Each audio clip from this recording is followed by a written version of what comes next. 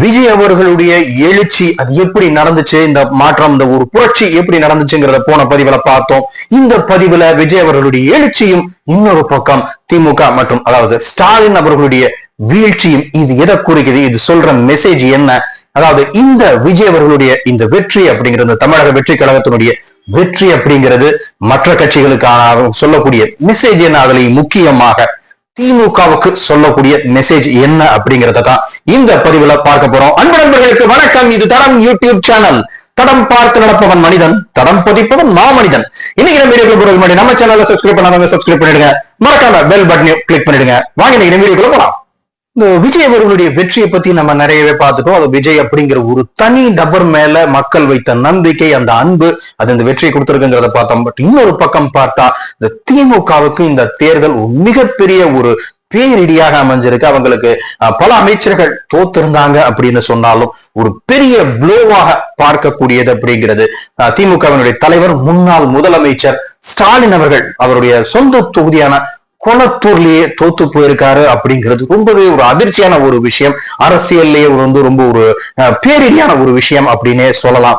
ஸ்டாலின் போன்ற அரசியல் அனுபவம் உள்ள தலைவர்களுக்கு இந்த வெற்றியும் தோல்வியும் புதுசு இல்லை அப்படின்னு சொன்னாலும், ஒரு கட்சியினுடைய தலைவர், சிட்டிங் முதலமைச்சராக இருக்கக்கூடிய ஒருவர் தோக்குறாங்க அப்படிங்கிறது ரொம்பவே ஒரு வருத்தமான ஒரு விஷயம், ரொம்ப ஒரு அதிர்ச்சியான ஒரு விஷயம் தான். 96ல ஜெயலலிதா அவர்களுக்கு எதிரான ஒரு அலை ஏற்பட்டு அவர்கள் தோல்வி அடைஞ்சது, இந்த மாதிரியான சம்பவங்கள் இதெல்லாம் இருந்தாலும் ஒரு சிட்டிங் முதலமைச்சர் தோற்கிறார் அப்படிங்கிறது ரொம்பவே ஆச்சரியமான விஷயம் தான். அந்த வகையில இந்த கொளத்தூர் தொகுதியில ஸ்டாலின் அவர்கள் தோத்திருக்காரு அப்படிங்கிறது திமுகவுக்கு ஒரு மிகப்பெரிய ஒரு அடியாகத்தான் பார்க்கப்படுது.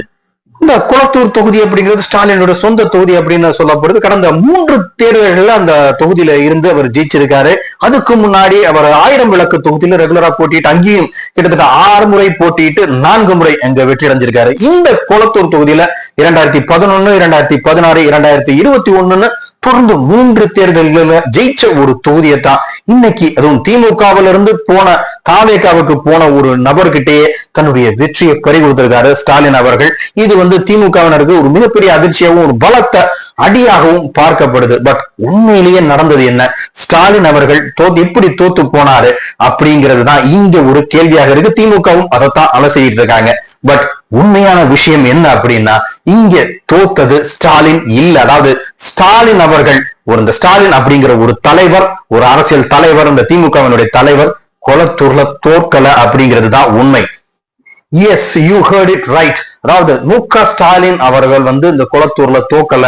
அங்க தோத்தது இந்த ஆட்சியில, அந்த ஆட்சி தலைவராக, முதலமைச்சராக இவர் ஸ்டாலின் அவர்களை பற்றி இவங்க கட்டமைச்ச ஒரு பிம்பம் தான் அங்க உடைஞ்சு சிதறி இருக்கு. அதுதான் தோத்திருக்கே தவிர ஒரு அரசியல் தலைவரான ஸ்டாலின் அவர்கள் தோற்கல. கொஞ்சம் நினைச்சு பாருங்க, ஸ்டாலின் அவர்களுடைய அரசியல் வரலாறு பாருங்க. எத்தனை ஆண்டு காலம் எம்எல்ஏவா இருந்திருக்காரு, சென்னை நகரத்தினுடைய மேயராக இருந்திருக்காரு, துணை முதல்வராக இருந்திருக்காரு, பல அமைச்சர்களாகவும் இருந்திருக்காரு. அப்படிப்பட்ட ஒரு நெடிய அரசியல் வரலாறு இருக்கிற ஸ்டாலின் அவர்கள் அப்பயும் சில தோல்விகள் வந்தாலும் இந்த அளவுக்கு ஒரு எம்பாரசிங்கான டிஃபீட்டை அவர் சந்திச்சதுல. பட் இப்போ கொளத்தூர்ல சந்திச்சிருக்காருன்னா அதுக்கு காரணம் இந்த 5 வருஷம் இந்த ஸ்டாலின் அப்படிங்கிறவர் யாரு, அவர் என்ன மாதிரியான ஒரு முதலமைச்சர், அவர் இப்படிங்கிற ஒரு பிம்பத்தை கட்டமைச்சு வச்சிருந்தாங்க. இந்த மீடியாக்கள் மூலமாக இந்த கட்சிக்காரர்கள் ஒரு பிம்பத்தை கட்டமைச்சிருந்தாங்க. அந்த பிம்பம் மக்கள் மத்தியில ஏற்றுக்கொள்ளப்படல, ஈடுபடல. அதைத்தான் மக்கள் உடைத்து சிதறி சுக்கு நூறாக்கி இருக்காங்க அப்படின்னா இந்த கொளத்தூர் தேர்தல் முடிவை பத்தி நம்ம சொல்லணும். விஜய் அவர்களுடைய வெற்றி அப்படிங்கிறது எதிர்கட்சிகளுக்கு சொல்லக்கூடிய மெசேஜ் என்ன, இது யாருக்கான வார்னிங் அப்படிங்கறத முதல்ல பார்க்கணும்னா முதல்ல சொல்ல வேண்டியது திமுகவுக்கு ஒரு என்ன மெசேஜ், அவங்களுக்கான வார்னிங் அப்படின்னு தான் நம்ம இந்த வெற்றியை சொல்லணும். ஏன்னா விஜய் அவர்கள் பகிரங்கமாகவே திமுகவுக்கு எதிரான ஒரு அரசியலைத்தான் முன்னெடுத்தாரு. அவர் ஓப்பனாகவே சொன்ன விஷயம், திமுக என்பது எங்கள் அரசியல் எதிரி, பாஜக என்பது எங்கள் கொள்கை எதிரி அப்படின்னு சொன்னாரு. ஏன்னா திமுகவை ஒரு எதிரியாக அவர் கட்டமைச்சு அவர் வெளிப்படையாக சொன்னாலும் பல விஷயங்கள்ல திமுகவுடைய நிலைப்பாட்டைத்தான் அவர் எடுத்திருந்தாரு. அதை நம்ம பல விஷயங்கள்ல பார்த்திருக்கோம். பட் இருந்தாலும் திமுகவுக்கும் அவருக்கும் வேறுபாடு என்ன அப்படிங்கிற ஒரு விஷயத்த அவர் நேரடியா சொல்லல அப்படின்னாலும் மக்கள் கிட்ட மறைமுகமாக சொன்னார். அதாவது திமுகவை பொறுத்த வரைக்கும் அவங்க ஒரு மைனாரிட்டி பாலிடிக்ஸ் பண்ணக்கூடியவங்க அப்படிங்கிறத பகிரங்கமா பண்ணக்கூடியவங்க அப்படிங்கிற ஒரு எண்ணம் இருந்துச்சு.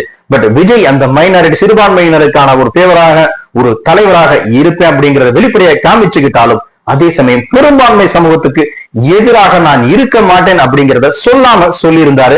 இதுக்கான ஒரு சிறந்த உதாரணம் திருப்பரங்குன்ற விவகாரம் தான்.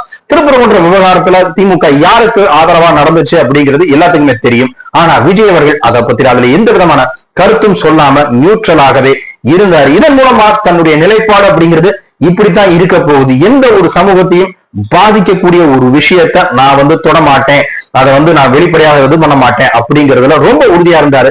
இந்த மாதிரியான விஷயங்கள் அவர் வாய் திறந்து வாய் விட்டு சொல்லாத விஷயங்கள் மக்களுக்கு கந்தையாகி அதுதான் மக்கள் அவருக்கு இவ்வளவு பெரிய வெற்றியை கொடுத்திருக்காங்க. சோ விஜய் அவர்களுடைய இந்த வெற்றி அப்படிங்கறது பார்த்தா திமுகவுக்கான ஒரு மெசேஜ் என்ன அப்படின்னா, அவ உங்களுடைய இடத்தை தான் அவர் பிடிக்க வந்திருக்காரு, உங்களுக்கான வார்னிங் தான் இதுதான் ஃபர்ஸ்ட் ஸ்டெப். அதாவது திமுக இத்தனை ஆண்டு காலம் என்ன அரசியல் பண்ணிக்கிட்டு இருந்துச்சோ அதே அரசியல விஜய் அவர்கள் பண்ண போறார். பட் திமுக செய்த தவறுகளை செய்ய மாட்டேன் அப்படிங்கிற ஒரு உத்தரவாதத்தை விஜய் அவர்கள் நிறுவி இருக்காரு. அதை அவர் காப்பாற்றுவாரா, அவரால் காப்பாற்ற முடியுமா, அரசியல் சூழ்நிலை அப்படியான ஒரு நிலைப்பாட்டோட ஒரு அரசியலை அவரை முன்னெடுக்க விடுமா அப்படிங்கிறத நாம பொறுத்துதான் பார்க்கணும். இதுதான் திமுகவுக்கு அவங்க அந்த வெற்றி சொல்லக்கூடிய மெசேஜ்.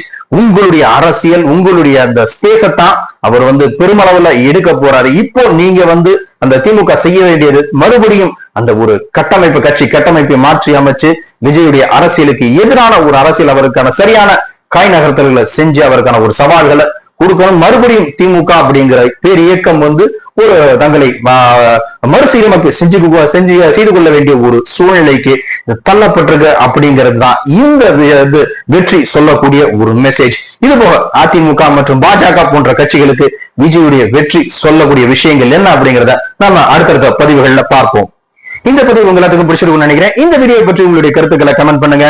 இந்த பதிவு உங்களுக்கு பிடிச்சிருந்தா லைக் பண்ணுங்க, ஷேர் பண்ணுங்க, மறக்காம நம்ம சேனல்ல சப்ஸ்கிரைப் பண்ணிடுங்க. மீண்டும் இது போன்ற சுவையான ஒரு பதிவுல உங்களை சந்திக்கிறேன். அதுவரை உங்களிடமிருந்து விடைபெறுகிறேன். நன்றி, வணக்கம்.